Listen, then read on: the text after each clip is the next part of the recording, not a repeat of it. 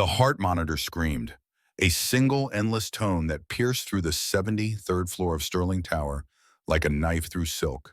200 people froze. Champagne glasses stopped halfway to painted lips. Conversations died mid-sentence. On the stage, under lights bright enough to bleach bone, Victoria Sterling fell, 32 years old, chief executive officer. Blonde hair that cost $400 every 6 weeks, now spilling across marble floors. Her company paid $3 million to import from Carrara. White Chanel suit, $12,000, crumpling like tissue paper.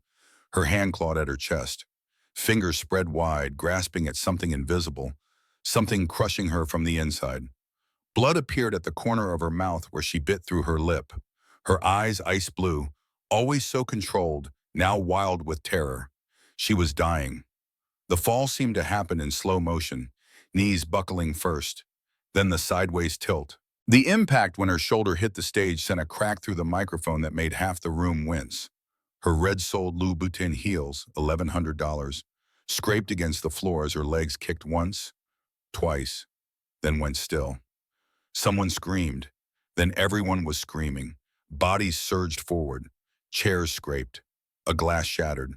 The carefully orchestrated presentation about Cardio Revive, the miracle heart drug that was supposed to make Sterling Industries $2 billion, dissolved into chaos.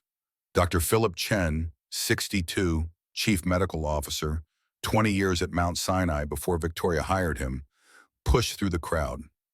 His hands shook as he knelt beside her, pressed 2 fingers to her throat. Her pulse hammered, irregular and frantic under his touch. "Call 911, he shouted, a young executive, fresh from Wharton, fumbling with her phone. "Yes, we need an ambulance. Sterling Tower, 70th floor, the CEO, I think it's a heart attack." The dispatcher's voice crackled through. 18 minutes to your location. Dr. Chen's face went white. 18 minutes. Victoria Sterling didn't have 18 minutes. He positioned his hands over her sternum, lacing his fingers together the way he'd been taught 30 years ago, preparing to compress, to force her heart to beat when it no longer wanted to. "Stop." The voice came from the back of the room. Every head turned. In the corner, by the service door, where the cleaning cart waited in shadow, a man in a blue janitor's uniform stepped forward. 6'1", 35 years old, black skin that caught the harsh overhead lights, hands that hung at his sides, large and scarred. Marcus Reed.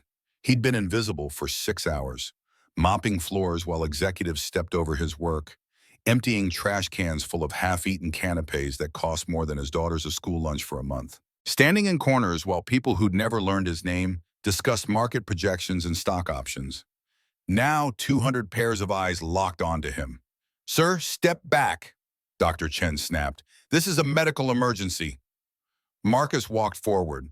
His footsteps echoed in the sudden silence. People parted without thinking, creating a path from the service door to the stage.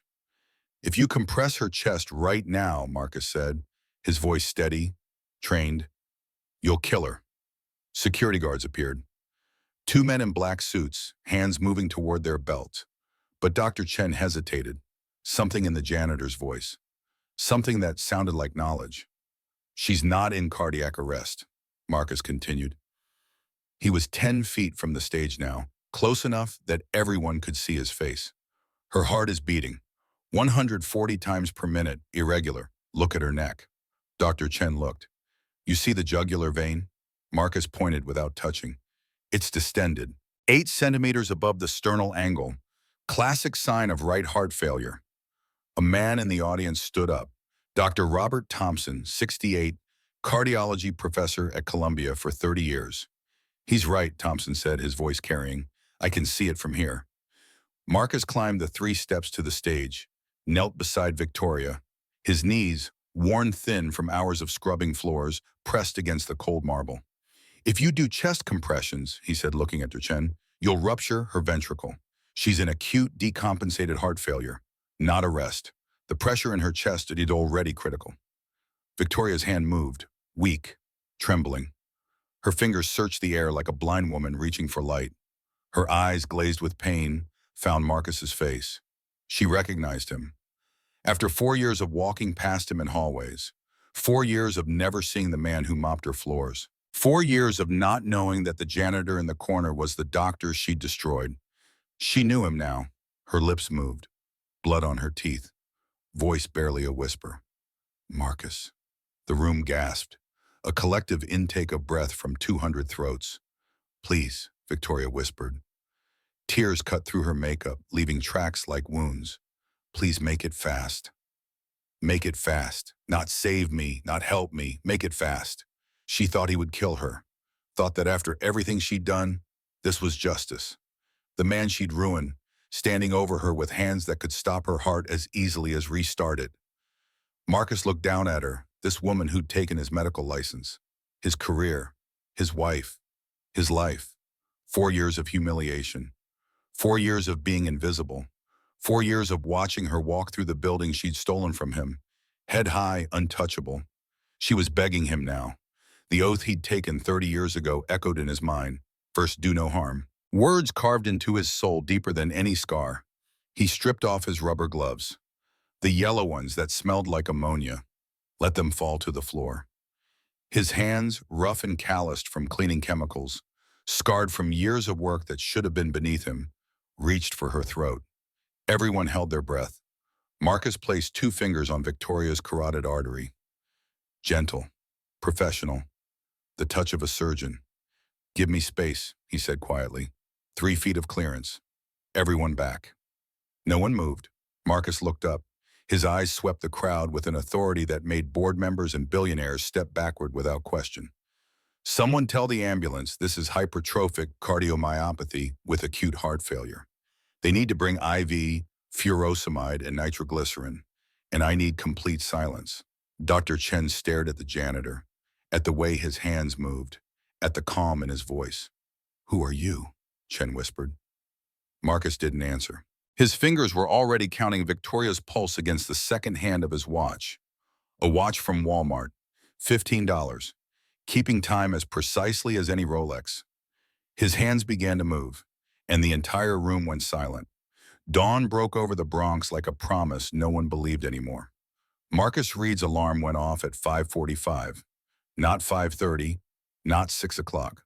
5:45 exactly, because that was how long it took to get Maya ready for school and still catch the 6:50 bus to Manhattan. He didn't hit snooze, couldn't afford to. Every minute mattered when you were holding together a life with duct tape and prayer. His bedroom was small, walls thin enough that he could hear Mrs. Rodriguez's television through them, playing telenovelas at volume meant for the hearing impaired. The furniture was secondhand. Dresser from Goodwill, $40. Bed frame from a curb on bulk trash day, free. But the sheets were clean. The room was organized. Pride didn't cost money. On his nightstand, a photo in a simple frame.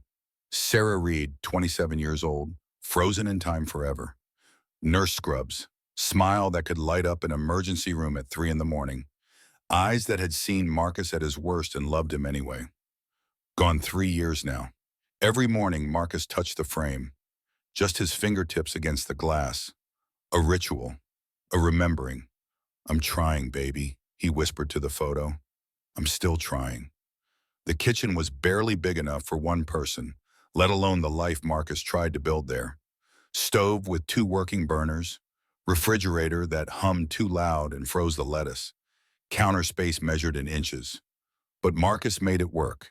Eggs, toast, sliced apple arranged in a smile on a pink plastic plate, orange juice in a cup with princesses on it. Lunch packed in the unicorn lunchbox that Maya had begged for.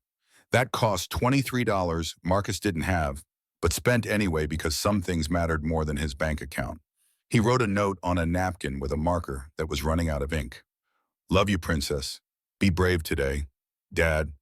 He stuck it in the lunchbox next to the peanut butter sandwich. Down the hall, Maya's room. Smaller than Marcus's, just big enough for a twin bed and a dresser. But the walls were covered with her artwork. Crayon drawings of families with everyone holding hands. Watercolor rainbows.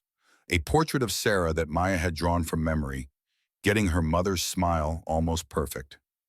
Marcus stood in the doorway, watching his daughter sleep, 7 years old. All elbows and knees and natural hair that took Marcus an hour to braid each morning. She clutched a teddy bear that used to be Sarah's. worn thin in places, one eye hanging by a thread Marcus kept meaning to fix. "Morning, baby girl," he said softly. Maya stirred, buried her face deeper in the pillow. "5 more minutes, Daddy." "School doesn't wait for sleepyheads. School is dumb." Marcus sat on the edge of her bed. The mattress dipped under his weight. "What happened to my girl who loves Ms. Anderson's class?" Maya opened one eye. "Tommy called me poor." The words hit Marcus in the chest, quiet, devastating. "What did you say back?" he asked. "Nothing, I didn't know what to say." Marcus lifted her chin with one gentle finger. "Look at me, Maya. We're not poor. We have food. We have a home. We have each other.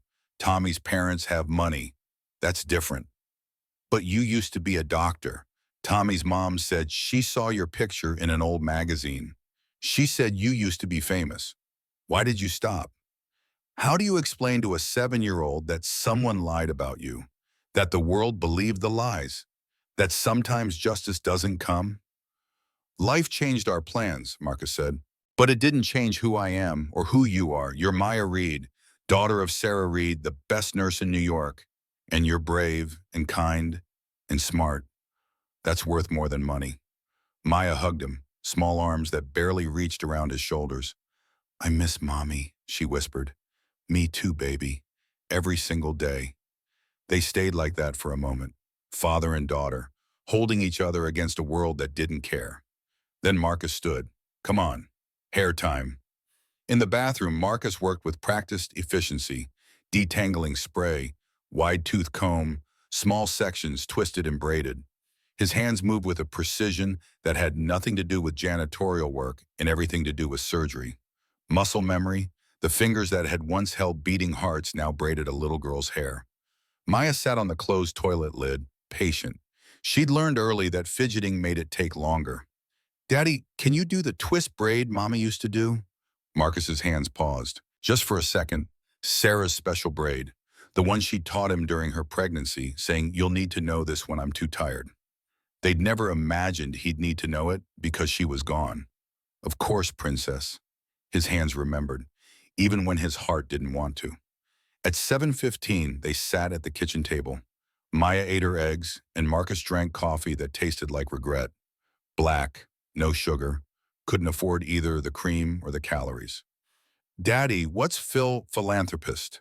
Maya struggled with the word, her homework sheet spread next to her plate. "Someone who helps people with their money." "Like how you help people?" Marcus smiled, sad.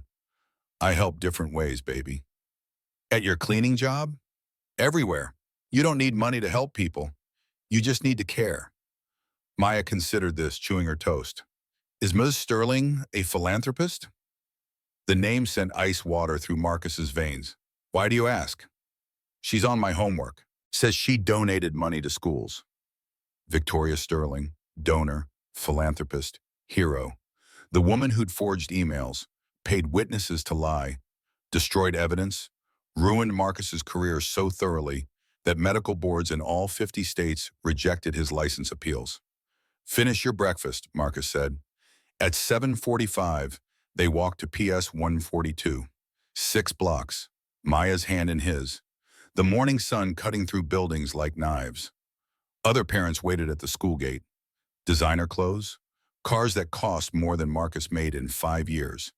They glanced at his janitor uniform, the Sterling Industries logo on his chest, looked away quickly, pulled their children a little closer. Marcus felt it every time. The judgment, the assumption, the way people decided who you were based on what you wore. Maya felt it too.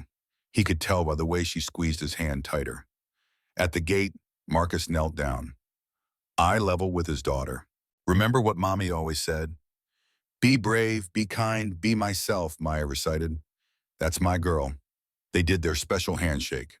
The one Sarah had invented. Fist bump, explosion, heart touch. Maya ran toward her classroom, turned back once, waved. Marcus waved back, watched until she disappeared inside. Then he stood alone on the sidewalk, surrounded by parents who'd never speak to him, wearing a uniform that announced his failure to everyone who saw it. He pulled out his phone, checked his bank account. $173 until next payday, rent due in 8 days, $520.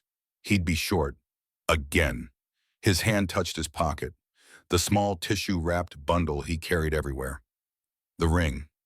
He didn't take it out, not here, not where people could see, but he felt its weight, reminder of who he'd been, who he still was, underneath the uniform and the shame. The 6:50 bus was already at the stop. Marcus ran, made it just as the doors were closing. Inside, he found a seat in the back, next to an old woman with grocery bags. She didn't speak to him. No one ever did. Manhattan rose ahead of him, glass towers catching the morning light, Sterling Tower among them. 73 stories of steel and ambition. The building where Victoria Sterling would announce her miracle drug tonight. The building where Marcus Reed cleaned toilets. He closed his eyes and tried not to think about the irony. 4 years ago, Marcus Reed stood in the operating room at Mount Sinai Hospital wearing a white coat with his name embroidered on the chest. Dr. Marcus Reed, Chief of Cardiothoracic Surgery. The patient on the table was 67, retired firefighter, aortic valve replacement. Routine. Marcus had done 200 of them. Scalpel, he said, his voice steady, calm. The nurse placed it in his hand. Perfect weight, perfect balance. Marcus made his incision. Clean, precise. 7 centimeters. Not a millimeter more than necessary. Suction. The surgical resident, a kid from Yale who thought he knew everything, obeyed instantly.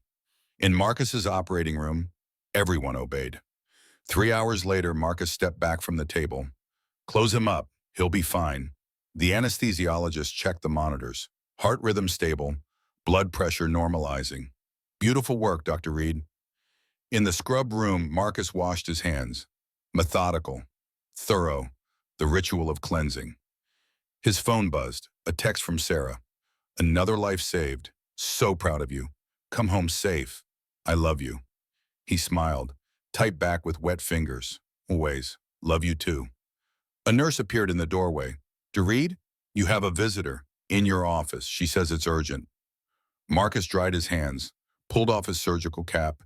His office was on the 10th floor, windows overlooking the East River, desk that had belonged to his mentor. Photos of patients who'd sent thank you cards, who'd invited him to their children's weddings, who'd named their grandchildren after him. 1,847 lives saved, a number he tracked not out of ego, but out of gratitude that he'd been given hands that could do this work. Victoria Sterling sat in his visitor's chair, 28 years old, already vice president of research and development at Sterling Industries. Blonde hair pulled back, severe. Suit that probably cost $3,000, eyes like blue ice. Ms. Sterling, Marcus said, I'm sorry, I didn't know we had an appointment. We don't. She stood, extended her hand. I won't take much of your time, doctor. I know you're busy. Her handshake was firm, practiced. The grip of someone who'd learned that power was performed. I'm here to make you an offer. She opened a briefcase, pulled out a contract, set it on his desk. Sterling Industries is developing Cardio Revive, a revolutionary treatment for heart disease. We've completed animal trials. FDA approval for human testing is 6 months away. We need a chief medical consultant, someone with your reputation, your skill. Marcus glanced at the contract. The number on the salary line made his breath catch. $500,000 a year, plus equity, plus bonuses, plus benefits that included a car, housing allowance, conference budget. He could pay off Sarah's student loans, buy Maya anything she wanted, save for college, take vacations, live without the constant low-grade panic of bills and broken appliances and unexpected expenses. He read further, stopped at Clause 17. This gives Sterling Industries complete ownership of any research I conduct, he said slowly. Any innovations, any techniques, even work I do independently, outside company hours, becomes your property. Standard non-compete language, Victoria said. We're investing in you. We need to protect that investment. Marcus looked up at her. I have my own research, years of work on valve repair techniques. I'm close to publication. This clause would mean giving that to you. We'd compensate you fairly. It's not about compensation, it's my work, my discovery. Victoria's expression didn't change, but something shifted behind her eyes, something cold. Dr. Reed, do you understand what I'm offering? This is a once-in-a-lifetime opportunity, partnership with the most innovative pharmaceutical company in America. Your name on a drug that could save millions, wealth beyond what most surgeons ever achieve. Marcus closed the contract, slid it back across his desk. I appreciate the offer, Ms. Sterling, but my research isn't for sale, and neither am I. The silence stretched, thin, dangerous. Victoria picked up the contract, slowly, her perfectly manicured nails tapping against the folder. People usually don't say no to me, she said quietly. I'm sorry, but I have to. She stood, smoothed her skirt. When she looked at him again, her face was a mask. I respect your principles, Dr. Reed. I hope they keep you warm at night. She left. Marcus didn't think about it again. He had surgeries, patients, a wife who was 8 months pregnant. Life moved forward. 2 weeks later, the email started. Anonymous tips to the Medical Ethics Board. Dr. Marcus Reed accepting bribes from Sterling Industries competitors. Falsifying research data. Stealing proprietary information to sell to the highest bidder. Marcus laughed when he first heard. Absurd, easily disproved, except the proof kept appearing. Bank transfers to his account. $200,000. Marcus didn't make them, didn't authorize them. But there they were, digital records that looked ironclad, emails allegedly from his address, offering to sell Sterling's research to competitors. Marcus never sent them, but his digital fingerprints were all over them. Witnesses. 2 Sterling employees who swore under oath that they'd seen Dr. Reed in meetings with competitor representatives, who testified that he'd showed them confidential documents. Marcus hired lawyers, spent his savings proving it was all false. But Victoria Sterling had been thorough. The medical board hearing lasted 3 days. Marcus sat in a conference room with fluorescent lights that hummed and gave him headaches. His lawyer presented evidence, character witnesses, 2 decades of spotless, ethical record. Victoria testified on the second day. She wore navy, conservative, respectful. She spoke clearly, calmly, with the authority of someone who'd never lied in her life. Dr. Reed approached me 6 months ago, she said. He wanted to be our chief medical consultant. I was intrigued. His reputation was impressive. But during negotiations, he became aggressive, demanding. He wanted unrestricted access to all our research. When I refused, he threatened to go to our competitors. That's a lie, Marcus said, half standing. His lawyer pulled him down. Victoria continued. I have emails, bank records, witnesses. I wish I didn't. I wanted to believe Dr. Reed was the man his reputation suggested, but the evidence is overwhelming. The board deliberated for 40 minutes. When they returned, the chairwoman wouldn't meet Marcus's eyes. Dr. Marcus Reed, we find the allegations credible. Your medical license is revoked, effective immediately. You are barred from practicing medicine in the state of New York. Other states will be notified. Marcus heard the words through cotton, through fog. Sarah wept beside him. Across the room, Victoria Sterling stood, collected her briefcase. For just a moment, her eyes met Marcus's. Cold satisfaction.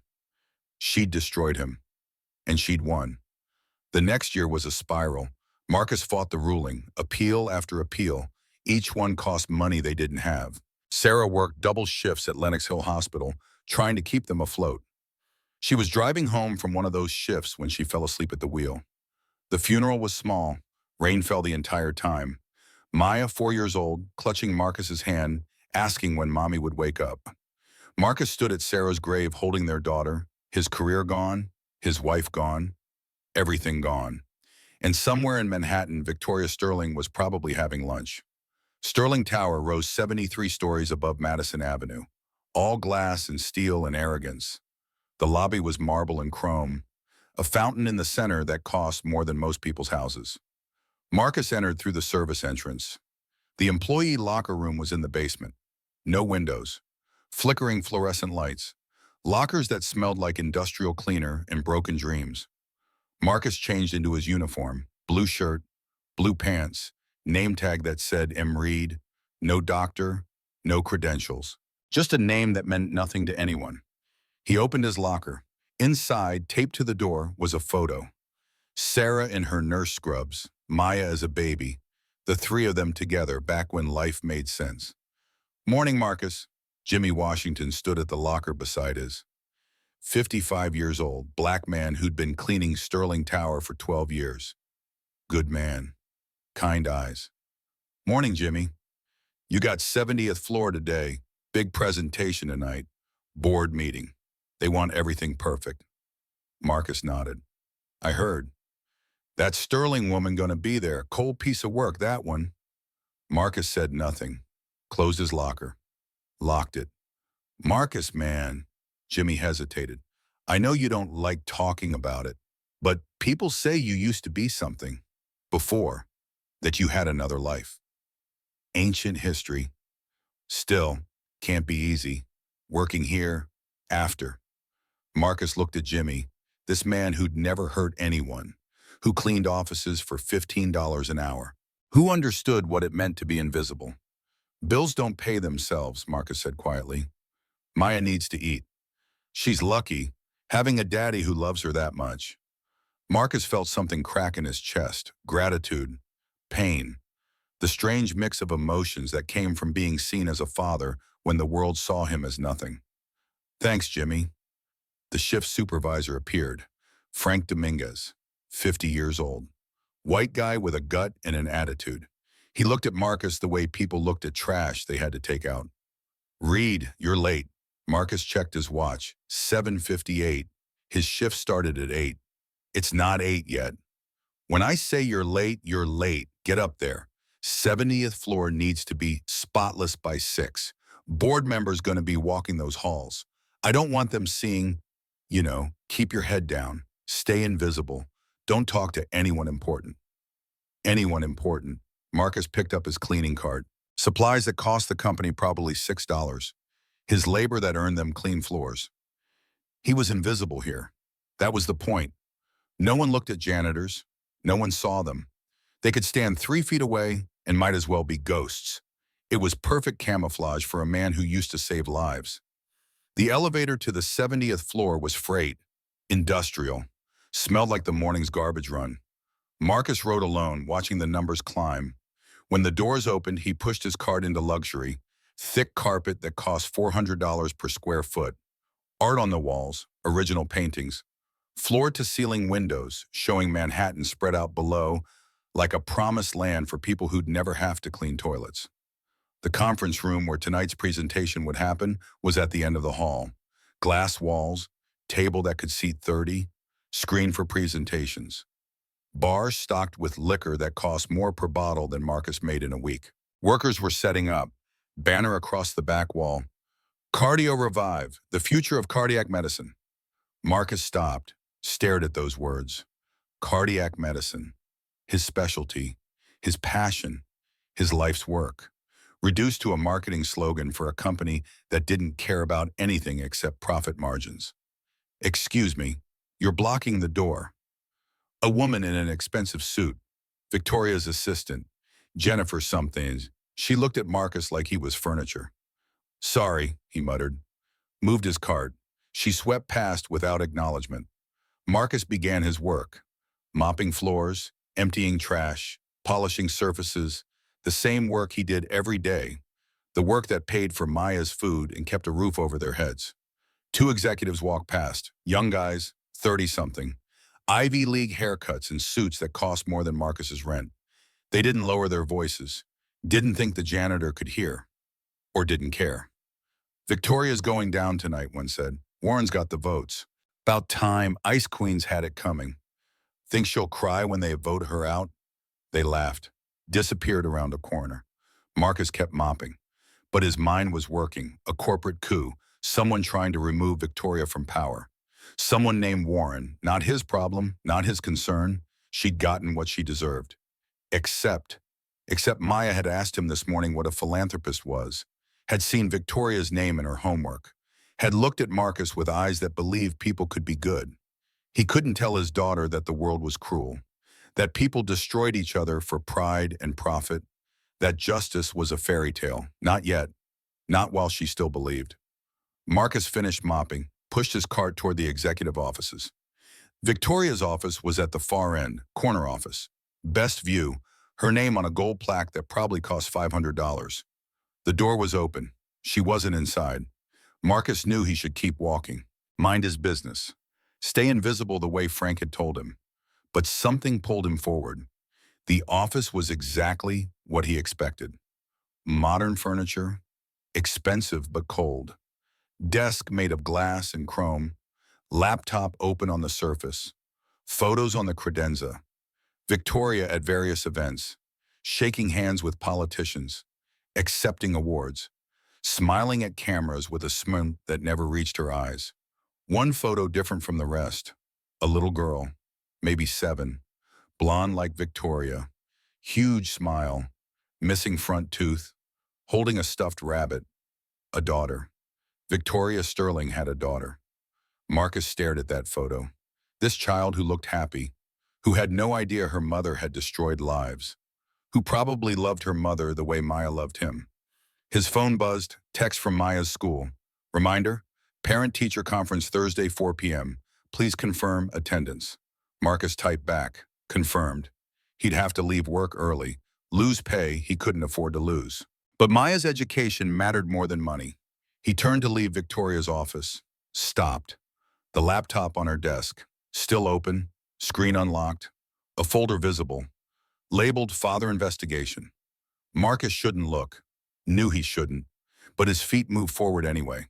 His eyes found the screen, files, police reports, autopsy documents, financial records.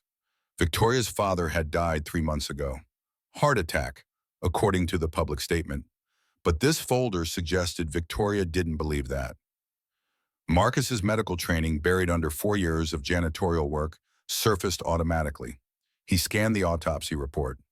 Cause of death, cardiac arrest. But the toxicology panel showed something interesting. Elevated potassium levels. Slightly abnormal, but within range that could be natural. Except the hospital notes mentioned the body had been found 6 hours after estimated time of death. Potassium levels rise post-mortem. If you wanted to hide a potassium injection that stops someone's heart, you'd wait before calling for help. Murder disguised as natural causes. Marcus stepped back from the laptop. This wasn't his business. Victoria Sterling's problems weren't his concern. But a father had been murdered. A daughter was searching for answers. And Marcus Reed, despite everything, was still a doctor. Still someone who'd sworn to protect life. "What are you doing?" The voice cracked like a whip. Marcus spun around. Victoria Sterling stood in her office doorway, eyes blazing, face tight with fury. She'd caught him looking at her computer. And now everything was about to change. Victoria Sterling stood in the doorway of her own office like a queen discovering an intruder in her throne room. Her hand gripped the door frame hard enough that her knuckles went white. Her eyes, that ice blue that had intimidated board members and terrified employees, locked onto Marcus with laser focus. "I asked you a question," she said. Her voice was quiet, deadly. "What are you doing in my office?" Marcus straightened, slowly. His hands hung at his sides, empty, unthreatening. He'd been in worse situations, been shot at in places most Americans couldn't find on a map. But something about Victoria Sterling's controlled fury made his pulse quicken. "Cleaning," he said. "Your assistant asked me to come up before the presentation." Victoria's eyes flicked to the laptop on her desk, still open. The folder about her father's death clearly visible on the screen. "Were you looking at my computer?" "No, ma'am." It was true. He hadn't touched it, hadn't clicked anything, just read what was already displayed. But they both knew the truth wasn't what mattered. Perception was. Victoria walked into the office, closed the door behind her. The click of the latch sounded like a cell door closing. "What's your name?" she asked. "Marcus Reed." She walked to her desk, stood between him and the laptop, protective. Her fingers moved across the keyboard, closing windows, locking screens. "How long have you worked here, Marcus Reed?" 8 months. "And in those 8 months, has anyone told you that my office is off limits without explicit permission?" "Yes, ma'am." "Yet here you are." Marcus said nothing. There was nothing to say. He'd violated protocol, been caught. Whatever happened next was her decision. Victoria studied him, really looked at him for the first time, not through him the way she usually looked at service staff, at him. "You're different," she said slowly. "The way you stand, the way you speak. You don't sound like a janitor." "I'm not sure what janitors are supposed to sound like." "Defensive, apologetic, afraid of losing their job." She tilted her head. "You're not afraid." Marcus met her eyes. "I'm terrified. I have a 7-year-old daughter who needs to eat. But fear doesn't change how I speak."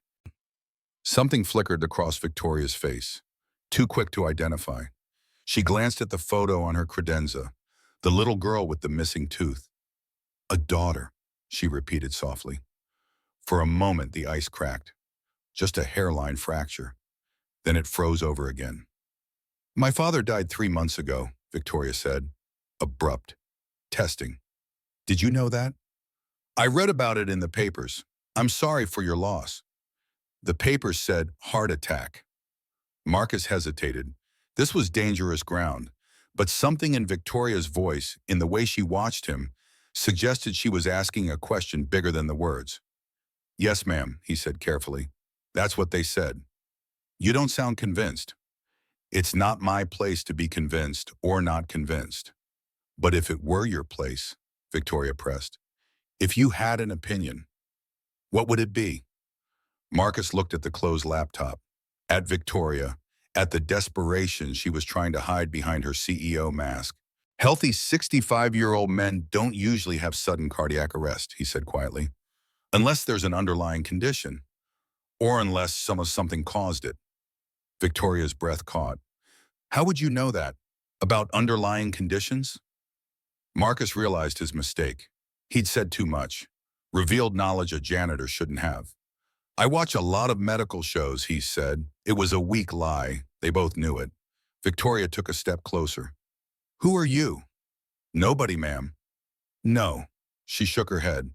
"Nobody doesn't speak like you. Nobody doesn't notice autopsy irregularities. Nobody doesn't—" She stopped. "Get out." Marcus didn't move. "Miss Sterling, I said get out." "If you think your father was murdered," Marcus said, the words coming out before he could stop them, "you need to be careful. Whoever did it is still out there. And if they killed once—" Victoria's hand moved so fast Marcus barely saw it. She grabbed the phone on her desk. "Security. I need someone in my office, now." Marcus turned, opened the door, walked out. Behind him he heard Victoria's voice, shaking now, the control breaking. "Who the hell are you?"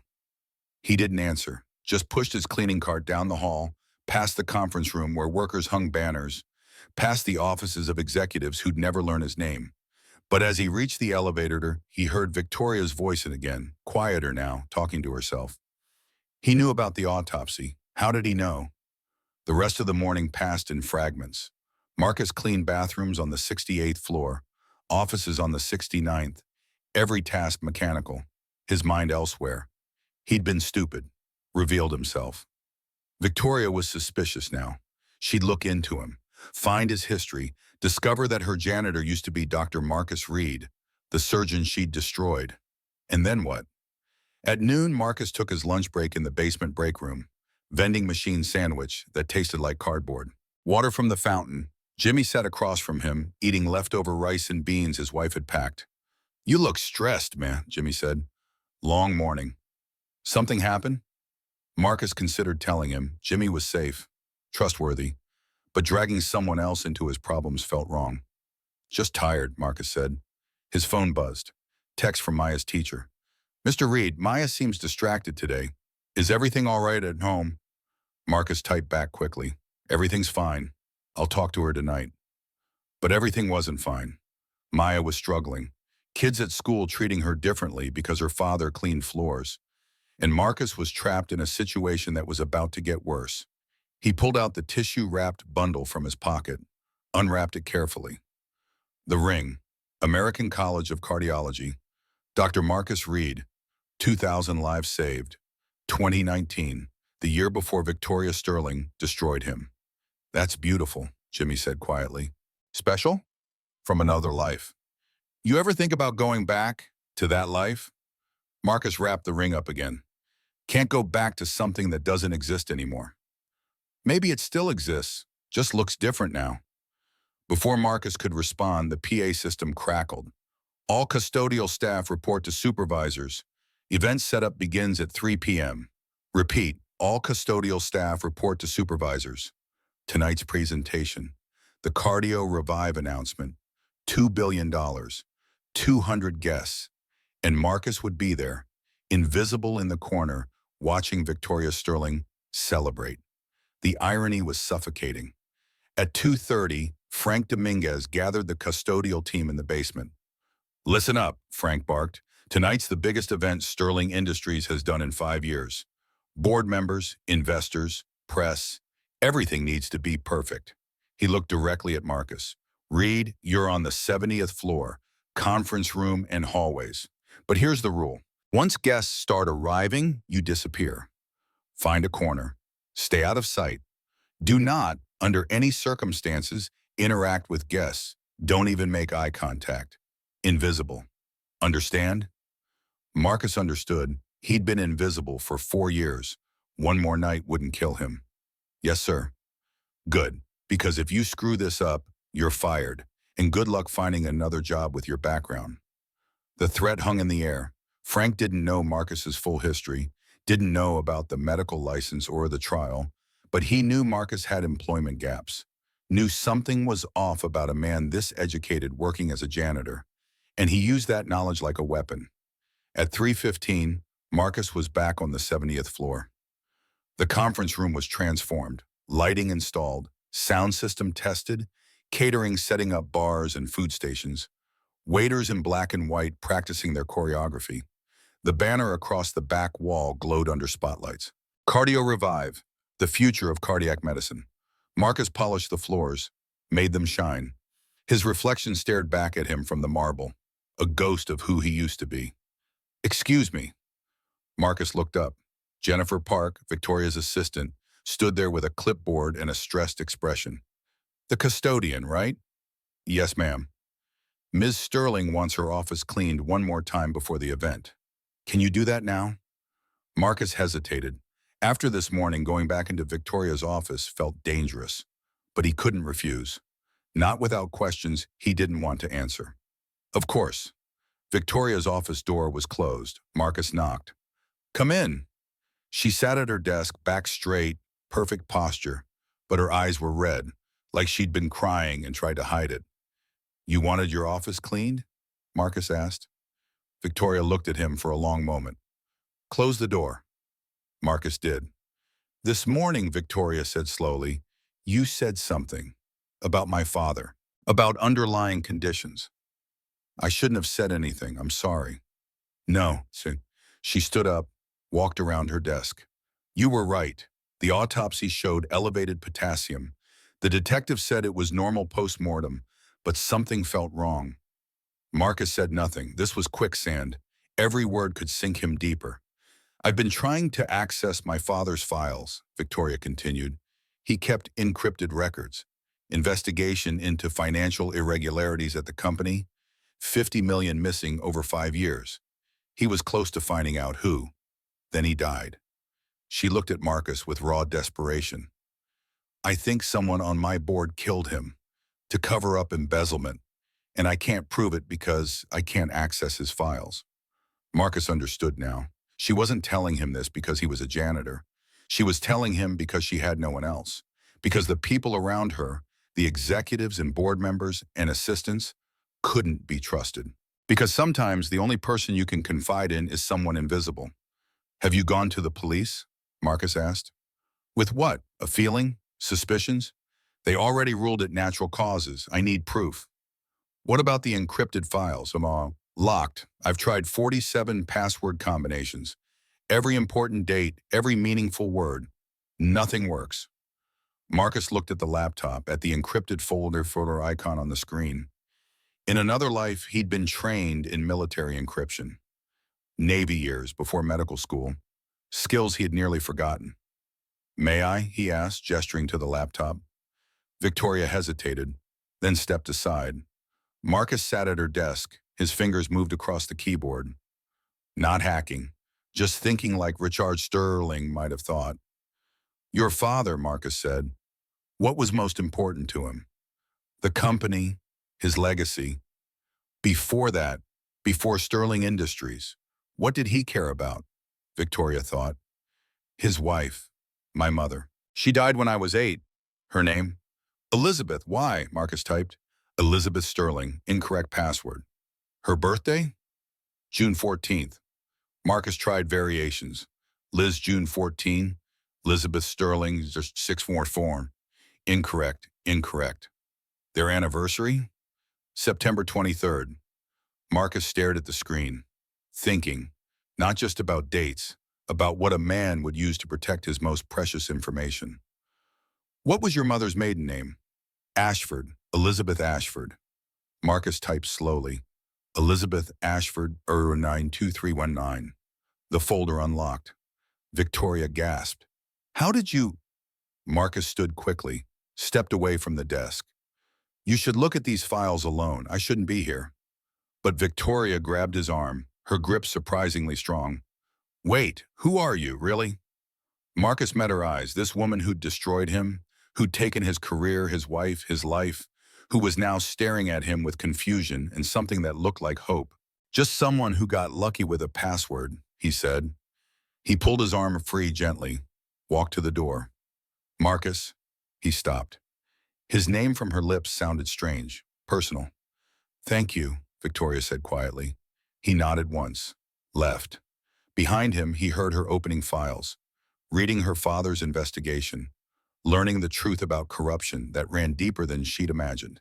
And Marcus knew with absolute certainty that tonight was going to get dangerous. At 6 p.m., guests began arriving. Black tie, designer dresses, jewelry that cost more than Marcus made in 5 years.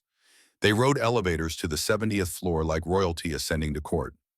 Marcus stood in his designated corner, behind a decorative plant, cart tucked out of sight, invisible. He watched them enter. Investors, board members, pharmaceutical executives, press, everyone who mattered in biotech and finance. And then, Victoria. She'd changed. Black dress, simple but elegant, hair down, softening her face. She looked younger, vulnerable. Nothing like the Ice Queen from this morning. She scanned the room as she entered. Her eyes found Marcus in his corner. For a moment, their gazes locked. She nodded, almost imperceptible. Acknowledgement, gratitude, connection. Then she turned away, became the CEO again, and Marcus was invisible once more. The event began at 6:30. Cocktails, networking. The sound of 200 people who believed they were important. Marcus stayed in his corner, watching, listening. He saw Warren Blackwood arrive, late 50s, silver hair, expensive suit. He moved through the crowd with the confidence of someone who owned everything. Victoria's face tightened when she saw him. Warren approached her, spoke quietly, too quiet for Marcus to hear. But Victoria's body language screamed tension. Whatever files she'd found this afternoon, whatever her father had discovered, Warren Blackwood was connected. At 7 p.m., the formal presentation began. Lights dimmed, everyone took seats. The hum of conversation died. Victoria walked to the podium. Spotlight hit her.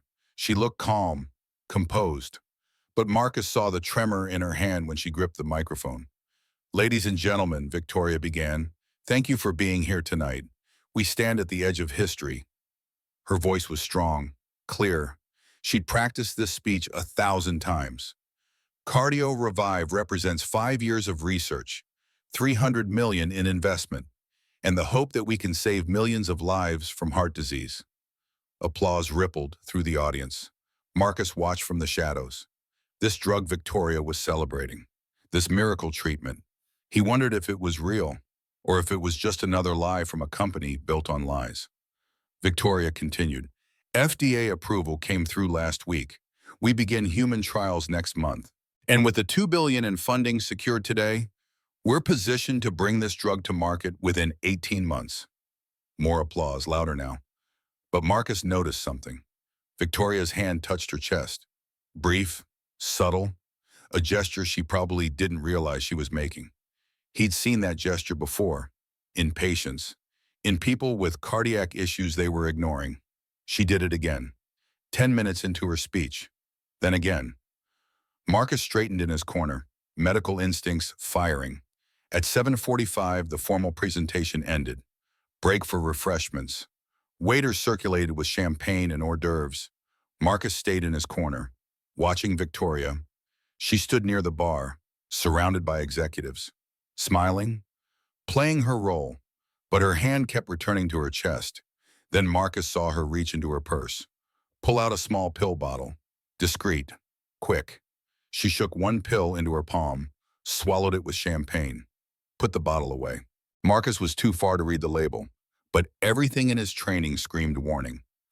At 8 p.m., the second half of the presentation began. Dr. Philip Chen took the stage. Charts, data, clinical trial results. Marcus half listened, his attention on Victoria sitting in the front row. Her breathing was changing. Faster, shallower, her face was losing color beneath makeup. Nobody else noticed. They were focused on Dr. Chen's presentation, on graphs showing cardio-revive success rates. But Marcus saw. He saw the jugular vein in Victoria's neck begin to distend, saw her hand press harder against her chest, saw the way she shifted in her seat, trying to find a position that eased whatever pressure was building inside her. She was crashing, and nobody knew except the janitor in the corner. Marcus took a step forward, stopped. What could he do? He wasn't a doctor anymore, wasn't anything except a man who cleaned floors. If he spoke up, they'd throw him out, call him crazy, fire him. And Maya needed him to keep this job. But a woman was dying, the woman who'd destroyed him, who'd taken everything, who deserved whatever fate delivered. Except she also had a daughter, a little girl who loved her, who'd lose her mother the same way Maya lost Sarah. Marcus's hands clenched into fists. At 8:15, disaster struck. An elderly investor near the refreshment table, Howard Mitchell, 72, swayed. His champagne glass slipped from his fingers. Crystals shattered against marble. People turned. Howard grabbed the table edge. His face was gray, sweating. "I don't feel well," he mumbled. Then his knees buckled. Someone screamed, "Call 911. I think he's having a heart attack." Dr. Chen pushed through the crowd, knelt beside Howard, pressed fingers to his throat. Pulse weak, breathing shallow. Dr. Chen looked up, panicked. "Someone get the defibrillator." Marcus was moving before he thought, crossing the room. People parted without thinking. "Wait," he said. Dr. Chen looked up. "Who are you?" "He's not having a heart attack." "Sir, step back. This is a medical emergency." Marcus knelt on the other side of Howard, looked at the man's face, the pallor, the way his skin wasn't cyanotic despite the distress. "Look at him," Marcus said. His voice had changed, authority that 4 years of janitorial work hadn't erased. Pale but not blue, breathing rapid but rhythmic. No chest pain, no arm numbness. His pulse is weak but steady, 52 beats per minute. Dr. Chen stared. "How do you know his pulse?" "I can see the jugular pulsation." Whispers spread through the crowd. Who was this janitor? How did he know medical terminology? Marcus ignored them. "He's hypoglycemic, low blood sugar. He skipped dinner, drank champagne on an empty stomach. If you use the defibrillator, you'll stop a heart that doesn't need stopping." "That's..." Dr. Chen started to object, then looked at Howard again, uncertainty crossing his face. A young investor pushed forward, held up a glucose monitor. "I'm diabetic. I can check." She pricked Howard's finger, checked the reading. Her face went pale. 42, severe hypoglycemia. Someone brought orange juice. Howard drank. Within 60 seconds, color returned to his face. His breathing steadied. 2 minutes later, he sat up. "I feel better. What happened?" The room exhaled collectively. Dr. Chen stood slowly, staring at Marcus. "How did you know?" Marcus stood, backed away. "Lucky guess." But it wasn't luck. Everyone knew it wasn't luck. Victoria Sterling stood near the front. staring at Marcus like she was seeing him for the first time. Dr. Robert Thompson, the Columbia professor Marcus recognized from earlier, stepped forward. "That wasn't a guess," Thompson said loudly. "That was a differential diagnosis performed from 15 feet away. That's years of clinical experience." The crowd murmured, confused, curious. "Who are you?" someone called out. Marcus said nothing, just picked up Howard's dropped glass, put it on his cart, started to push toward his corner. "Wait," Victoria's voice cut through the noise. "Marcus, who are you?" The room went silent. Marcus stopped, turned. Victoria walked toward him, slow, each step deliberate. When she stood 3 feet away, close enough that he could see the fear in her eyes, she spoke quietly. "You're not a janitor." "I'm whatever the building needs me to be," Marcus said. "That's not an answer. It's the only one I have." They stared at each other, the CEO and the custodian, two people with secrets stacked between them like walls. Then Victoria touched her chest again, the gesture more pronounced now. Marcus saw it, saw her face go pale, saw her breathing quicken. "Ms. Sterling," he said quietly, "when did you last see a cardiologist?" Her eyes widened. "What?" "Your hand. You keep touching your chest. You're showing signs of cardiac distress. You need to sit down." "I'm fine." "You're not fine. You're—" Victoria swayed, caught herself on a nearby chair. The room noticed. People moved toward her. "I'm okay," she insisted. "Just need a moment." She walked back to the podium, gripped it with both hands. The microphone feed caught her breathing. Fast. Ragged. "Ladies and gentlemen," she began, "before we conclude tonight's—" Her hand flew to her chest. The microphone fell, crashed against the podium with a crack that echoed through the room. Victoria's legs gave out. She collapsed. The room exploded into chaos. And Marcus Reed stood frozen in his corner, watching the woman who destroyed him hit the floor, knowing he had 60 seconds to decide if he would save her life or watch her die. The choice that would define everything came down to this. Was he still a doctor, or was he just a janitor with a grudge? The answer was already moving his feet forward before his mind caught up. Because some oaths don't expire. Some promises can't be broken, even when they should be. Marcus Reed's feet moved before his mind gave permission. 35 years of life, 4 years of humiliation. One moment to choose. He pushed through the crowd, bodies pressed against him, voices shouting. Someone's elbow caught his ribs. He didn't feel it, didn't feel anything except the pull of something deeper than revenge. The oath, first, do no harm. Words burned into his soul during medical school, repeated at his graduation, whispered over every patient he'd ever touched. The promise that made him a healer instead of just a man with knowledge. Victoria Sterling lay on the stage, her white dress already stained with blood from where she'd bitten her tongue. Her chest rose and fell in rapid, desperate movements. Her eyes, usually so cold and controlled, rolled back until only whites showed. Dr. Philip Chen knelt beside her, his hands positioned over her sternum, preparing to compress. "Stop," Marcus said. Chen looked up, anger flashing across his face. "Not now, she's dying.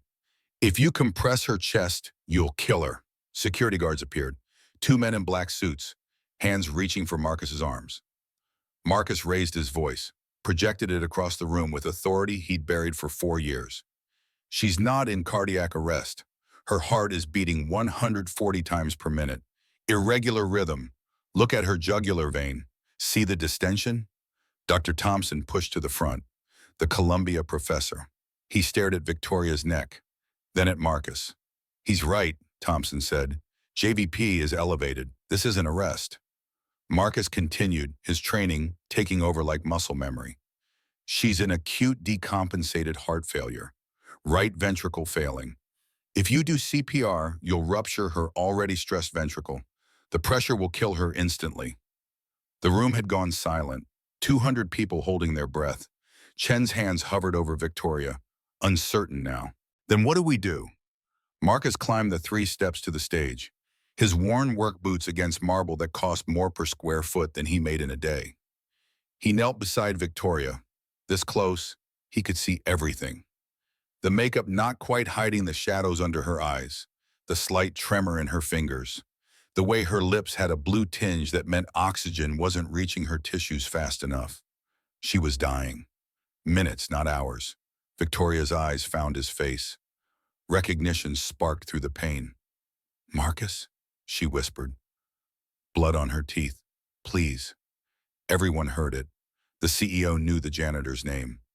"Please make it fast," Victoria continued, tears cutting through her makeup.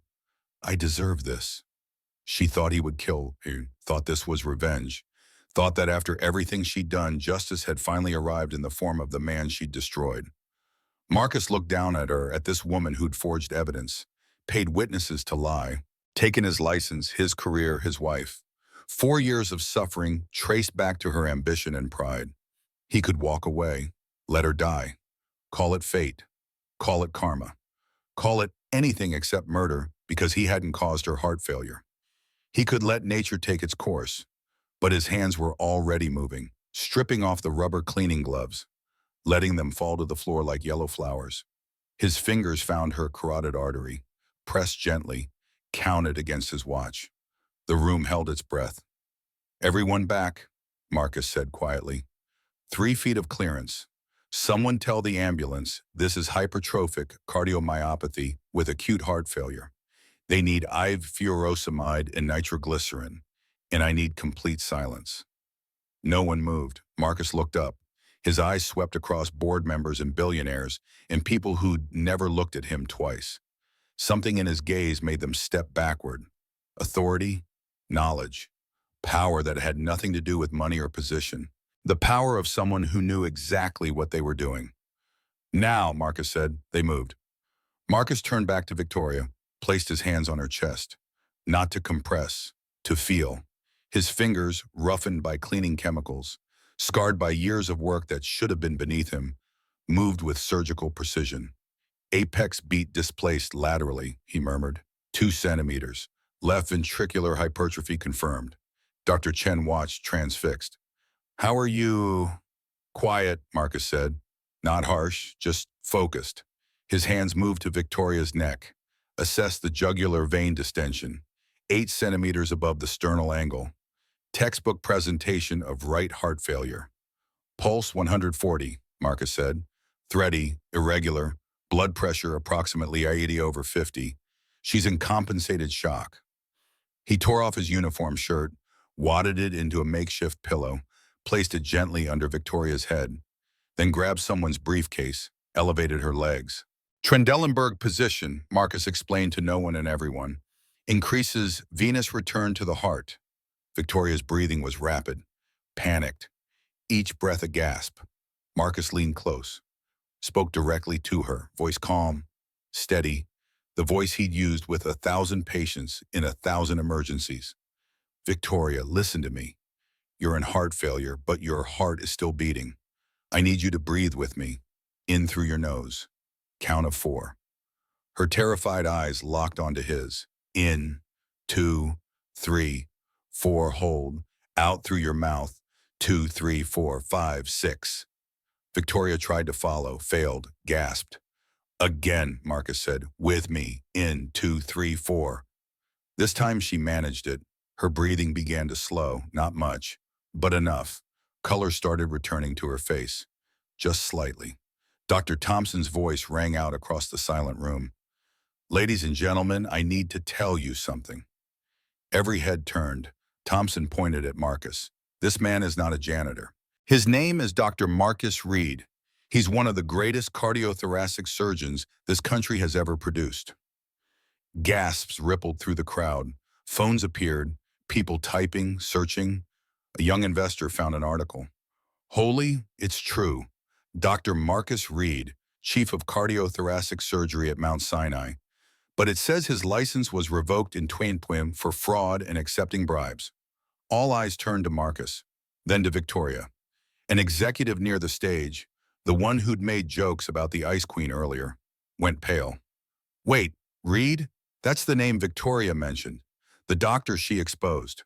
The pieces were falling into place. The crowd understanding. The janitor was the man Victoria had destroyed, and now he was saving her life. Victoria heard everything. Tears streamed down her face. She tried to speak. "Don't talk," Marcus said. "Save your energy." No, her voice strangled. They need to know. Marcus shook his head. Victoria, please. She grabbed his hand, weak, desperate. Let me say this before I die. The room leaned in, silent as a grave. Victoria's voice shook. 4 years ago, Marcus refused to work for me, said my contracts were exploitative. She gasped for air. Marcus counted her breaths but didn't stop her. I was angry, wanted his reputation to legitimize Sterling Industries.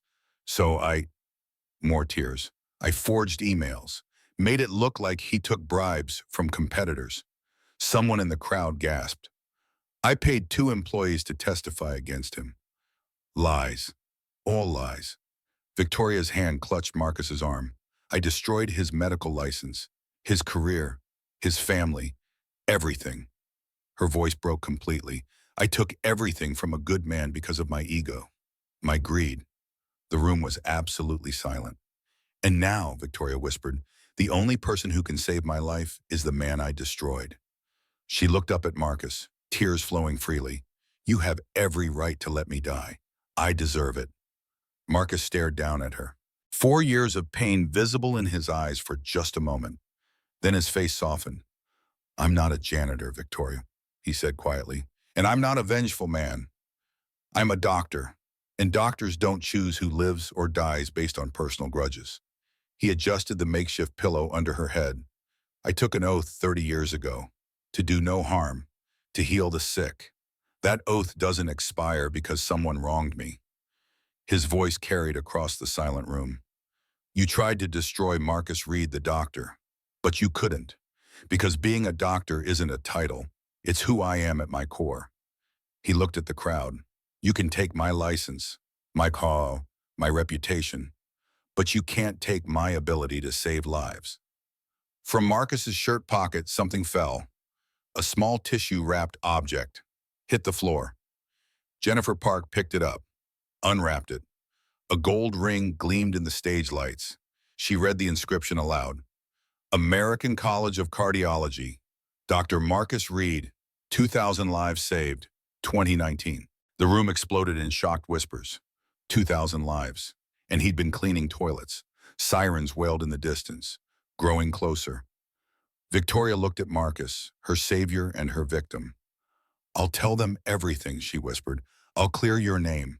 I promise. Marcus nodded once. Just stay alive long enough to do it. The ambulance was 3 minutes away, but Victoria's heart was failing faster. Paramedics burst through the conference room doors at 8:42, equipment rattling on the gurney. The lead paramedic, Rodriguez, mid-30s, Latino, competent eyes, took in the scene instantly. He knelt beside Victoria. What have we got? Marcus spoke before Dr. Chen could answer, his voice clear, professional, every word precise. 32-year-old female, known hypertrophic cardiomyopathy, previously undiagnosed, acute decompensated heart failure, pulse 132, irregular, blood pressure approximately 85/55, JVP elevated. Peripheral edema present. She's been taking Cardio Revive, experimental cardiac drug, 40 milligrams twice daily for approximately 6 months. Drug-induced ventricular arrhythmia. Rodriguez looked up sharply. Are you her physician? Pause. The weight of 4 years in that silence. I was, Marcus said. What's your name? Dr. Marcus Reed. The younger paramedic, Sarah, white woman with red hair, stared. Wait, the Dr. Reed from Mount Sinai? Marcus didn't answer. Rodriguez was already moving, placing oxygen on Victoria, starting an IV line. We need to transport immediately. Mount Sinai's closest, 12 minutes. Marcus stood. I'm coming with you. Rodriguez hesitated, looking at Marcus's janitor uniform. Are you currently licensed? The question hung in the air, heavy, damning. Dr. Chen stepped forward. His license was revoked, but he just saved her life. She needs him. Rodriguez made a decision. Get in. They loaded Victoria onto the gurney. Marcus climbed into the ambulance. The doors slammed shut. Inside, screaming through Manhattan streets, sirens wailing. Marcus monitored Victoria's vital signs manually. His fingers never left her pulse. Pulse dropping, 110, she's compensating. Sarah radioed ahead. Mount Sinai, we're incoming with acute HCM crisis, patient critical, ETA 9 minutes. Victoria's eyes found Marcus's face. Don't leave me. I won't. They won't let you treat me. I know. Then how? Marcus looked at her. This woman who'd taken everything, who was now trusting him with her life. I'll find a way. Back at Sterling Tower, Jennifer Park pulled out her phone, opened Twitter. Her hands shook as she typed. Breaking. Janitor who saved Sterling CEO is actually Dr. Marcus Reed, destroyed by false accusations 4 years ago. This is the man who just saved the woman who ruined him. She uploaded the video she'd recorded. 3 minutes of Marcus treating Victoria. Victoria's confession. The gold ring. Posted it. Within 30 seconds, 1,000 views. 2 minutes, 10,000. By the time the ambulance reached Mount Sinai, 50,000 people had watched Victoria Sterling confess to destroying an innocent man, and the number was climbing. The ambulance pulled into Mount Sinai's emergency bay at 8:54 p.m. Dr. Sarah Rodriguez waited, 40 years old, attending cardiologist, 15 years at Mount Sinai. She'd heard the radio call, acute HCM crisis, critical. What she wasn't prepared for was Marcus Reed climbing out of the ambulance in a janitor's uniform. Who are you? She asked. Marcus Reed. I stabilized her at the scene. De Rodriguez's face changed, recognition, then hardness. You're not licensed. Step away from the patient. De Rodriguez, she has. I said step away. Security. Victoria, being wheeled past on the gurney, reached out weakly. Please let him help. De Rodriguez ignored her, shouted orders. Get her to cardiac ICU stat. Full echo, cardiac enzymes, continuous monitoring. They rushed Victoria through the doors. Marcus tried to follow. A security guard, built like a linebacker, blocked his path. Sir, you need to stay here. She needs me. You're not authorized. Dr. Thompson appeared. He'd followed in a taxi. Let him in. I'll take responsibility. The guard looked uncertain. Dr. Thompson pulled out his hospital ID. I'm faculty here, cardiology department. Let him through. The guard stepped aside. They ran down the corridor, reached the ICU just as Victoria was transferred to a bed. Monitors beeped frantically. Her heart rate spiked on screen. 160, 170. Dr. Rodriguez worked quickly, professionally.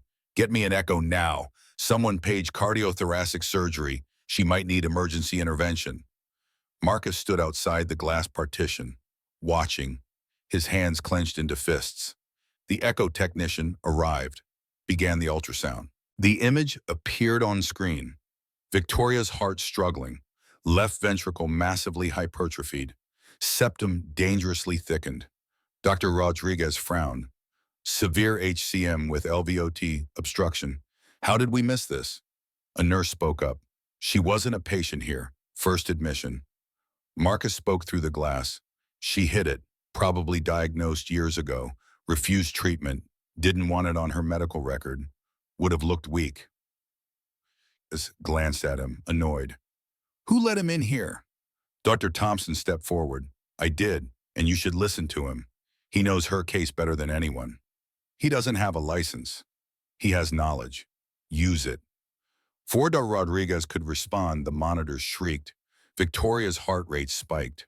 190, then dropped precipitously. 140, 110, 80. Her eyes rolled back. The monitor flatlined. Asystole. A nurse shouted, She's coding! Rodriguez grabbed the crash cart. Start compressions. Charge to 200. Marcus's voice cut through. Urgent. Don't shock a systole. Dr. Rodriguez ignored him. Position the paddles. Clear. If you shock a flat line, you'll fry her heart, Marcus shouted. It's a non-shockable rhythm. You need epinephrine first. 1 milligram IV push. Then 2 minutes of compressions to circulate it. Dr. Rodriguez hesitated, paddles hovering. The nurse doing compressions looked up. Dr. Rodriguez? A split-second decision. Dr. Rodriguez lowered the paddles. Give epi, 1 milligram IV push. The nurse slammed the syringe into Victoria's IV line. Continue high-quality CPR, Dr. Rodriguez ordered. 2 minutes. The nurse compressed, counting aloud. 1, 2, 3, 4. Marcus watched through the glass, silently counting with her. The 2 minutes felt like 2 hours. 30 seconds, nothing. 60 seconds, still flat. 90 seconds, no change. Eduardo Rodriguez, sweating. The nurse's arms shaking from exertion. 110 seconds. 120 seconds. Check rhythm, Dr. Rodriguez ordered. The nurse stopped compressions. Everyone stared at the monitor. One beat, another. Sinus rhythm. Slow. But there. "We have a pulse," the nurse exclaimed. The ICU erupted, relieved chaos. Catherine stable. Barely. De Rodriguez stepped out of the ICU, pulled Marcus aside. Her face showed the war inside her. "You just saved my patient, again." Her voice quiet. "I've been practicing 15 years. I almost killed her." Marcus shook his head. "You followed protocol. Epi works in most cases. With drug-induced HCM crisis, the heart's already irritable. You made the right call when it mattered." But Rodriguez studied his face. "How many cardiac arrests have you managed?" "Over 300. She took a breath. "Victoria is stable, but barely. She needs surgery, mitral valve repair, and septal myectomy. Without it, she'll arrest again within 24 hours. Marcus nodded. "I know. That's a 6-hour surgery, extremely complex. I'd need my best team." Pause. "I'd need someone who's done it before." Silence stretched between them. "How many times have you performed septal myectomy?" Dr. Rodriguez asked. 63 times, 58 successful outcomes. That's 92% success rate. That's world class." Marcus said nothing. Dr. Rodriguez's face showed her internal struggle. "If you still had your license, I'd ask you to scrub in. But you don't, and I could lose mine just for having this conversation." "I know." They stood in silence. Then footsteps. A man in an expensive suit appeared. Richard Caldwell, 50s, hospital administrator, bureaucrat eyes. "Dr. Rodriguez, I heard we have an unlicensed individual providing medical care. Is this true?" Dr. Rodriguez straightened. "Mr. Caldwell, Dr. Reed saved this patient's life. Twice. I don't care if he's Jesus Christ. He's unlicensed. Get him out of this ICU immediately or you're both facing suspension." Victoria in her bed tried to sit up. Failed. "You throw him out, I'd day, and this hospital gets sued into oblivion." Caldwell's face reddened. "Are you threatening?" "I'm stating facts. This man is the only one who can save me. Let him work or my lawyers will destroy you." Dr. Thompson entered. "Mr. Caldwell, before you make a terrible mistake, know this. That video of Dr. Reed saving Ms. Sterling has 50,000 views already.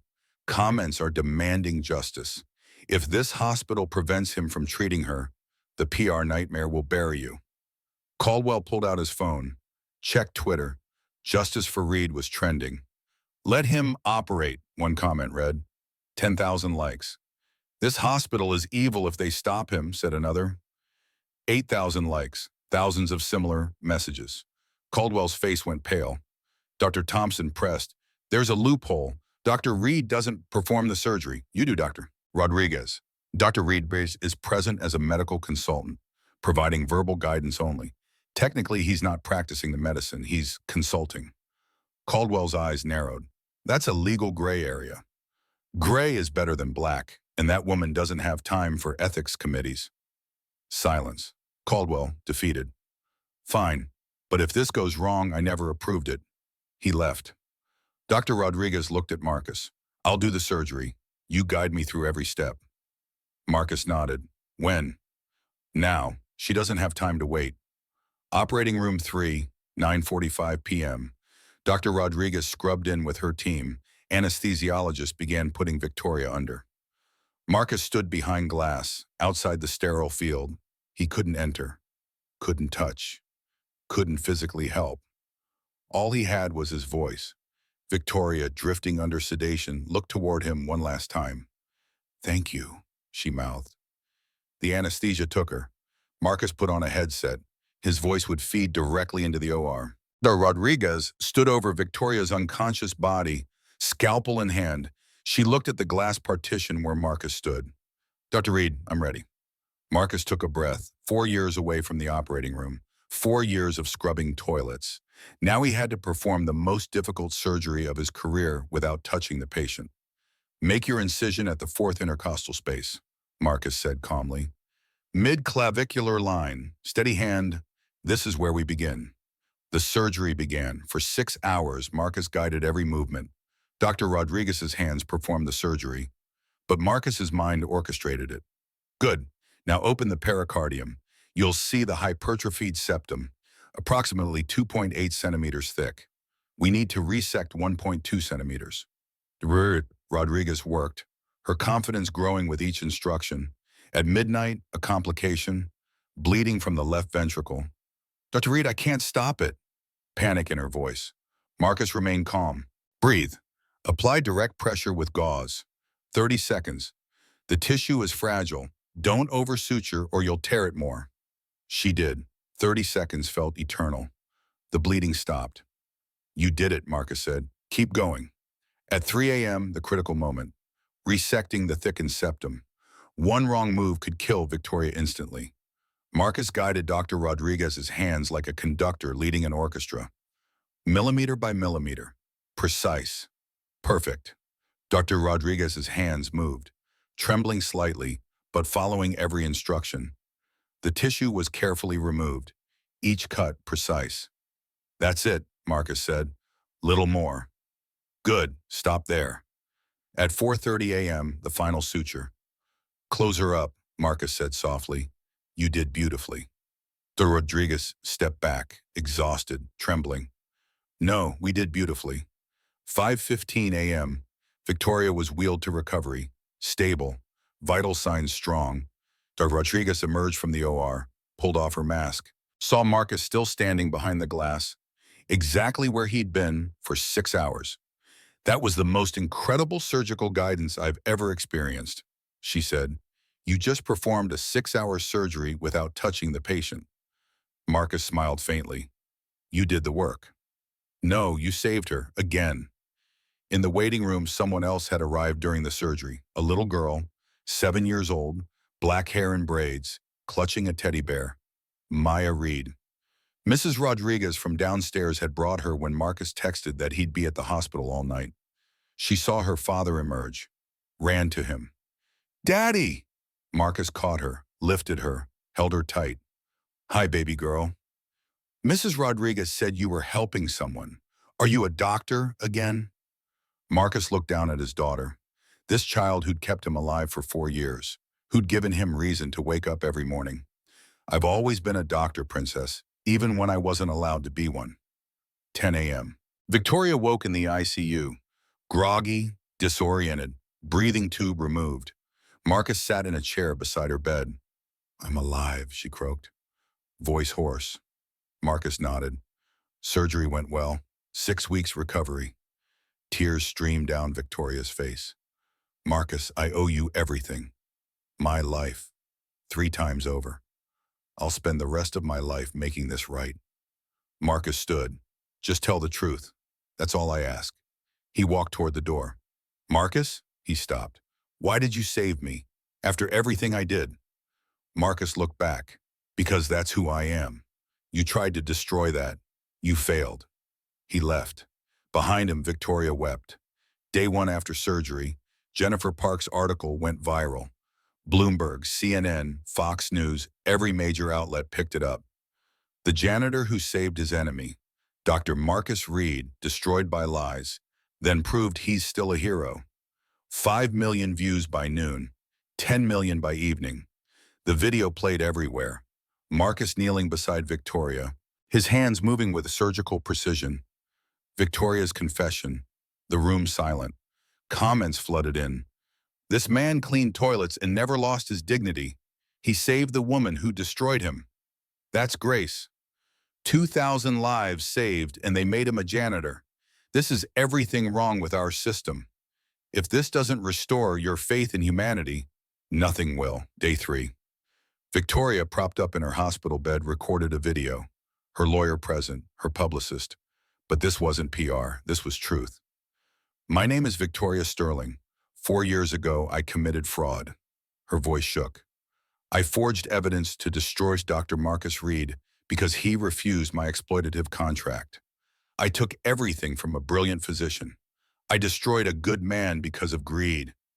Tears streaming. I'm resigning as CEO of Sterling Industries. I'm cooperating with authorities. I will spend the rest of my life atoning. 15 million views in 24 hours. Sterling stock plummeted 40%. 5 executives resigned. The FDA launched an investigation into Cardio Revive. Found it dangerous for patients with pre-existing conditions. Day 5. The New York State Medical Board held an emergency session. They called Marcus. He sat in the same conference room where they'd revoked his license. Same fluorescent lights, same cheap chairs, but everything was different. The chairwoman looked at him with something like shame. Dr. Reed, after thorough investigation, we've determined you were wrongfully accused. Evidence was fabricated. Testimony was coerced. Your medical license is fully restored, effective immediately. She handed him a new license. His hands shook taking it. Dr. Rodriguez stood beside him. Stepped to the microphone. Mount Sinai Hospital offers Dr. Reed the position of attending cardiothoracic surgeon, effective immediately. Marcus looked up, surprised. We need you, Dr. Rodriguez said. The patients need you. Marcus's voice was rough. I accept. Day 7, Warren Blackwood was arrested, charged with embezzlement and murder. Richard Sterling's encrypted files provided all the evidence needed. $50 million. 5 years of theft. 1 murder to cover it up. The trial would take months, but justice was coming. Day 10. Marcus reported to his final shift as a janitor. He owed Frank Dominguez 2 weeks' notice. He'd fulfill it. Frank didn't speak to him, didn't apologize, just handed him his final paycheck and walked away. Employees lined the hallways as Marcus pushed his cart for the last time. They applauded. On the 70th floor, he took off the blue uniform, pulled out a white doctor's coat from his locker. His name embroidered on the chest. Dr. Marcus Reed, MD, cardiothoracic surgery. He put it on, walked to the elevator. The same white executive who'd refused to ride with the janitor stood inside. Recognition, fear, shame crossing his face. Horatio. Reed, please come in. Marcus stepped in, said nothing. I'm sorry, the man whispered. Marcus said nothing. The doors closed. He was no longer invisible. Mount Sinai Hospital, operating room 3. Marcus stood over an open chest cavity, performing a complex bypass. 8 hours in, his hands moved with precision. No rust, no hesitation. The surgery succeeded. The patient, a retired firefighter given 2 weeks to live, would recover. Marcus stepped out. The man's family waited. His wife collapsed in tears, hugged Marcus. You saved him. Marcus smiled gently. This is what I do. Down the hall in the hospital's free clinic, Victoria Sterling volunteered. She'd resigned as CEO, given up her penthouse, moved to a modest apartment in Brooklyn, close to the clinic. She worked 5 days a week, helping patients fill out Medicaid forms, translating medical jargon, holding hands during scary diagnoses. Her hands, once manicured for boardrooms, now doing humble work. A homeless veteran sat across from her. Thank you, ma'am. You're very kind. Victoria's eyes watered slightly. It's my privilege to help. The clinic supervisor approached. Victoria, we need help in exam room 2. Of course. She rose, followed. At the hallway intersection, Marcus walked past, saw her through the window. Their eyes met. Victoria stepped into the hallway. They stood 10 feet apart. The bypass today went well, Victoria said. Congratulations. Marcus nodded. Thank you. Awkward silence. So much history, so much pain, so much forgiveness. I know I can never undo what I did, Victoria said quietly, but I'm trying every day. I see that. Does it help, what I'm doing? Marcus considered. You're asking if your penance matters? Victoria nodded. It matters because you're actually helping people, not because it absolves you. The people you help don't care about your past. They care that you're here now. Victoria nodded. Thank you for that. Marcus started to walk away. Stopped. Victoria, there's someone I want you to meet. He pulled out his phone, texted. 2 minutes later, footsteps, small feet running. Maya appeared, 7 years old, backpack bouncing. She saw Marcus and ran to him. "Daddy!" Marcus lifted her, spun her around, set her down. "Maya, this is Ms. Sterling. She works at the clinic." Maya studied Victoria with serious eyes. "You're the lady Daddy saved." Victoria knelt down, eye level with the child. "Yes, your daddy saved my life." "He's really good at that," Maya said. "He saves people all the time." "I know," Victoria whispered. "He's a hero." From around the corner, another small voice. "Mommy!" A little girl appeared, 7 years old, blonde, missing front tooth, the girl from Victoria's office photo. Destiny. She ran to Victoria. "Mrs. Chen said you were here." Victoria hugged her daughter. "I'm here, baby. Just working." Destiny noticed Maya. "Hi, I'm Destiny." "I'm Maya." The two girls stared at each other, then with the easy friendship of children, smiled. "Want to see the cafeteria?" Destiny asked. "They have ice cream." Maya looked at Marcus. He nodded. The girls ran off together. Laughing, already best friends, Marcus and Victoria stood in the hallway, watching their daughters disappear around the corner. "They don't know," Victoria said softly. "Don't know what I did to you." "No," Marcus agreed, "and maybe they never need to. That's our burden, not theirs." Victoria wiped her eyes. "How do you do it? Forgive?" Marcus thought about Sarah, about the funeral in the rain, about 4 years of toilets and humiliation and keeping going for Maya. "I didn't forgive for you," he said quietly.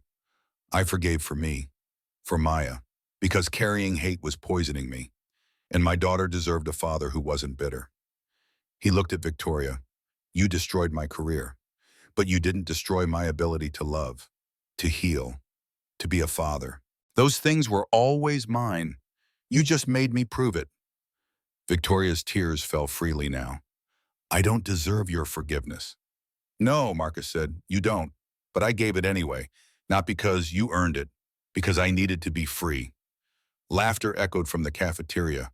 Maya and Destiny, already inseparable. "Your daughter's beautiful," Marcus said. "So is yours." They stood in silence. Two people who'd hurt each other, who'd been hurt, who were learning what healing actually meant. "Dr. Reed?" A nurse appeared. "Your next patient is here, the little boy with the valve defect." Marcus nodded. "On my way." He started to leave. "Marcus?" He turned. "Thank you," Victoria said, "for everything, for saving me, for forgiving me, for showing me what grace actually looks like." Marcus smiled, genuine. "You're welcome." He walked toward the patient rooms, white coat flowing, stethoscope around his neck. Dr. Marcus Reed, healer. Victoria watched him go, then turned back to the clinic, to the homeless veteran waiting, to the work of atonement that had no end. In the cafeteria, Maya and Destiny sat together, ice cream melting in bowls. "My daddy's a doctor," Maya said.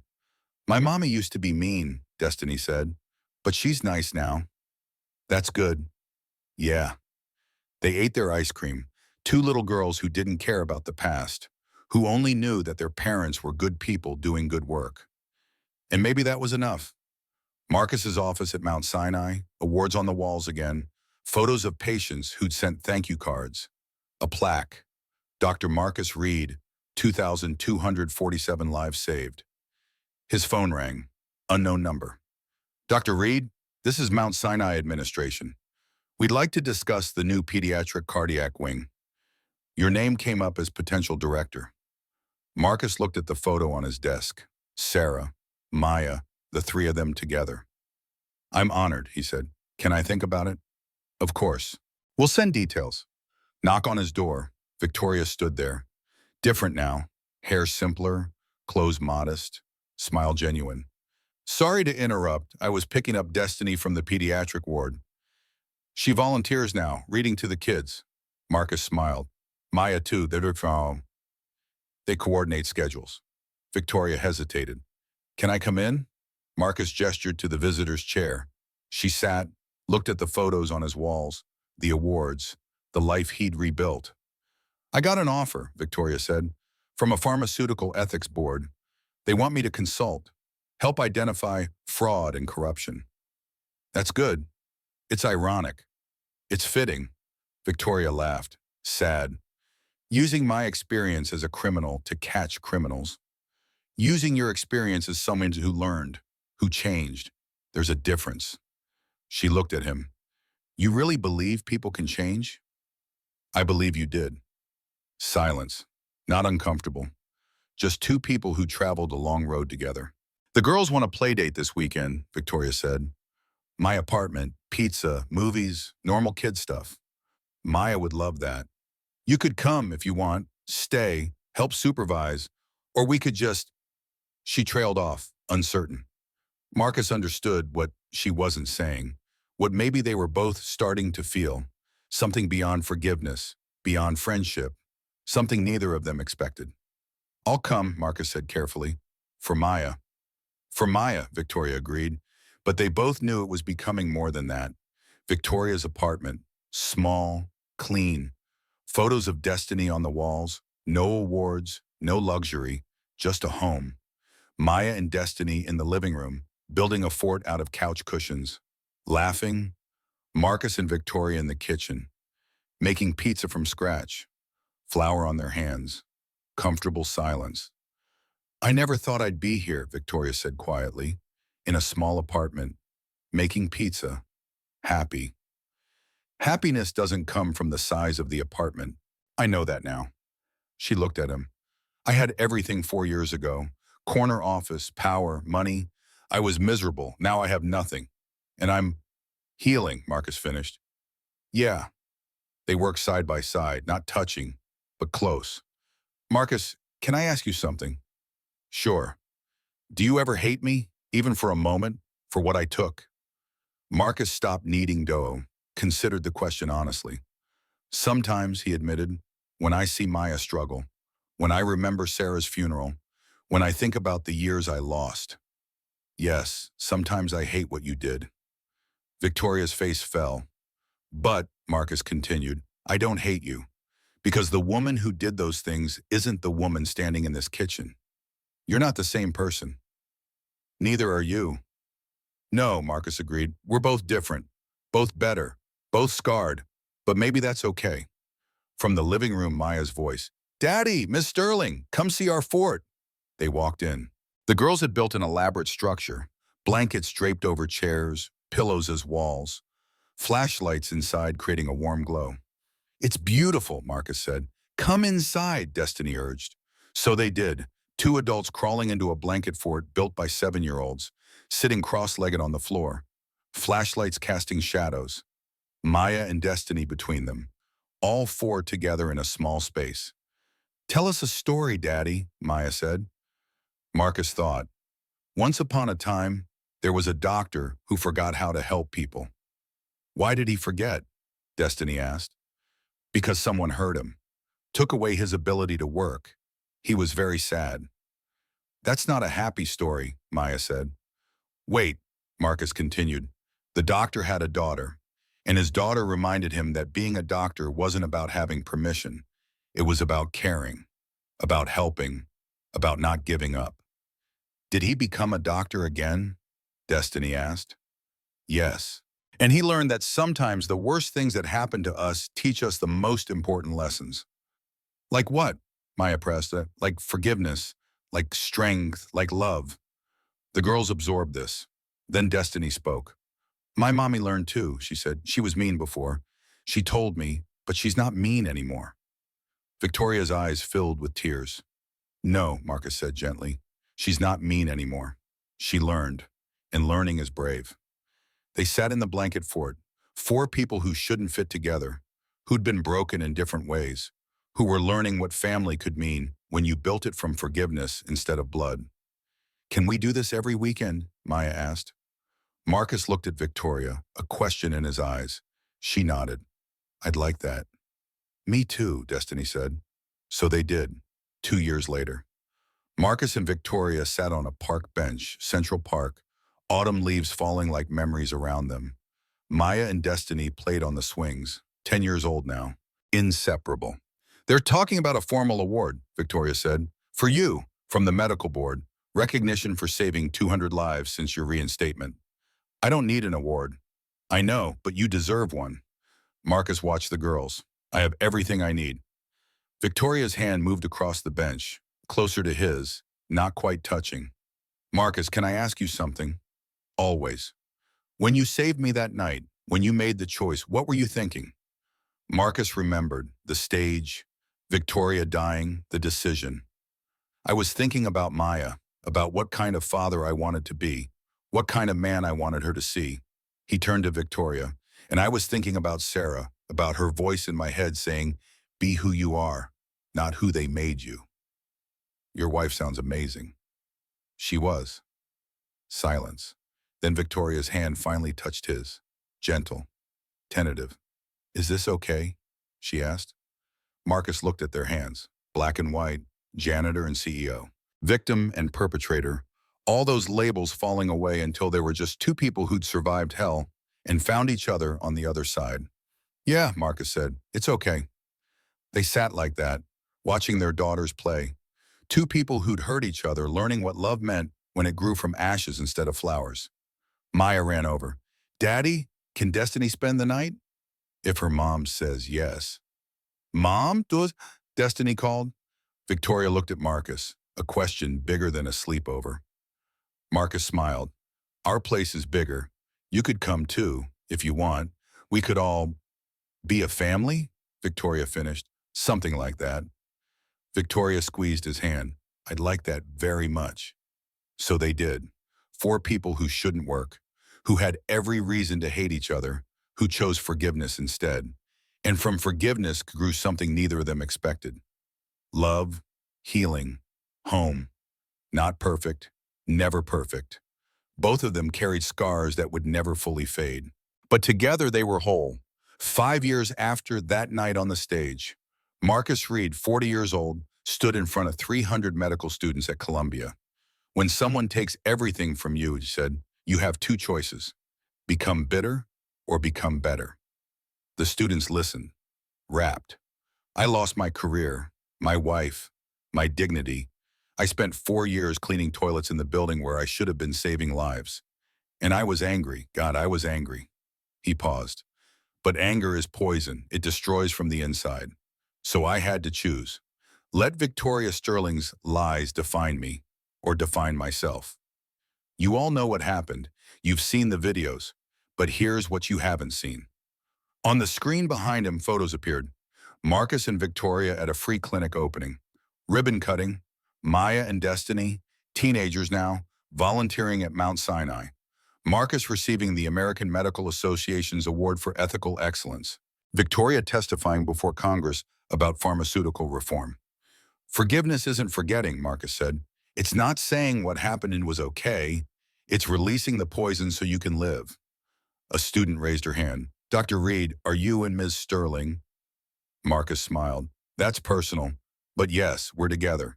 We're raising our daughters together, and we're building something good from something terrible. Another student. How did you trust her again? I didn't. Not at first. Trust is built, slowly, through actions, not words. She spent 5 years proving she'd changed, showing me through service and humility and dedication to others. Eventually, I believed her. He looked out at the young faces, future doctors, future healers. You'll all face injustice in your careers. Someone will wrong you, hurt you, try to destroy you. And in that moment, you'll have a choice: revenge or healing, hate or love, bitterness or growth. I chose healing, and it saved my life. And the lecture ended. Students applauded. Marcus packed his notes. Victoria waited outside the lecture hall. She'd come to hear him speak. Did it every time. You were brilliant, she said. I just told the truth. They walked out together, hand in hand. Maya and Destiny met them outside.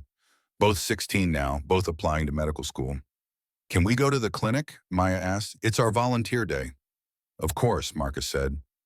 4 of them walked through Columbia campus, a family built from forgiveness, from second chances, from the belief that people could change if they truly wanted to. Marcus looked at Victoria, this woman who'd destroyed him, who'd become his partner, his love. his proof that redemption was possible. "Thank you," he said quietly. "For what?" "For showing me that the worst thing that happened to me could become the best thing. Because it led me here, to this. To us."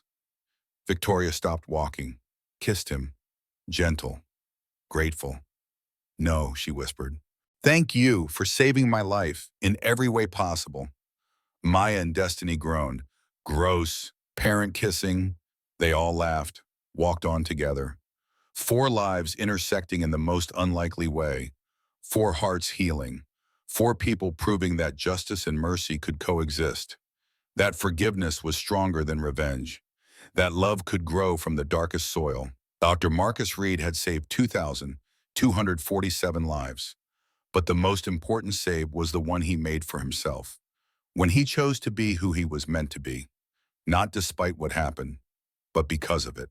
TM. The end. Word count, 8,012.